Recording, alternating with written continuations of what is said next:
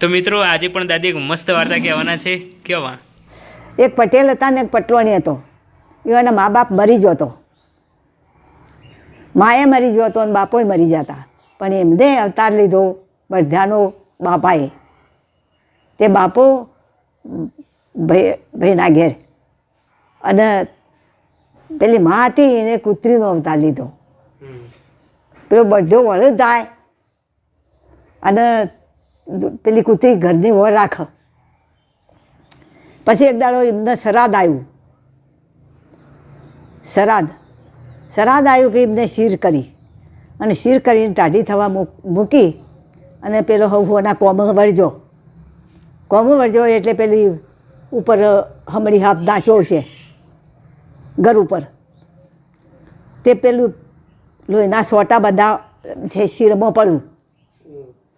લોહીના સોટા શીરમાં પડ્યું. પેલી કૂતરી જોઈ રહેલી કે સારું કે આ છોકરો બધો મારો મરી જશે અને હું બેસી રહીશું જોઈતો જો, પણ કોઈક આવે ને તો હું મોઢું ગાલું. એટલે ઘરમાં પછી બઈ આવી, છોકરો આવ્યો. એક પેલી બઈ હતી તે ઘરમાં જવા મંડી કે પેલી કૂતરી જઈ એના મરી અને મોઢું ગાલી દીધું મોય. એટલે પેલી કૂતરીને પેલી બઈને મારી, જબર મારી, ધોકું લઈને મારી. અને પેલા પટેલ શેખર બધું હેઠતો નહીં હોય કે શું હશે, તે પટેલે બધાને ખૂબ માર્યો. એટલે પેલી વડ છોડીને ઘેર આવ્યો. ઘેર આવીને બધા બોધ્યા અને પેલો બળધ્યો પેલી કૂતરીને કહેશે કે આજ તો મને બહુ માર્યો હો, કે પરુણે માર્યો હો, કે મને આજ તો બહુ માર્યો હો, કે મને આજ ધોકે મને મારી હ, કે ચમ તને મારી. એ કે આ શીર ઠારીને જોતો અને મેં ઘર ઉપર હમણી હાપ નાખ્યો છે તે એનું લોહી મોય પડતું હતું. જો મારો ઘરનો ખોય તો બધો મરી જાય, એટલે મેં મોઢું ગાળી દીધું મોય.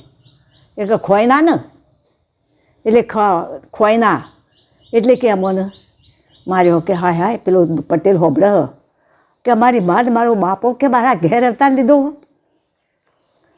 એ રોવા માંડ્યો. એટલે ભાઈ કૂતરી બોલી કે ભાઈ હું કરું, એ થવાનું વય થઈ ગયું, હવે રોયા કોઈ ના વળો. અને જો ના કર્યું હોત તો મેં તો બધો મારો ઘરનો બધો મરી જોત કે, એટલે મેં તો કર્યું. એટલે બધું હેઠતો નહોતો એટલે કે ભાઈ તો અમે નહીં મારું કે હું. અને ખાતો પીતો રમતો રહ્યો.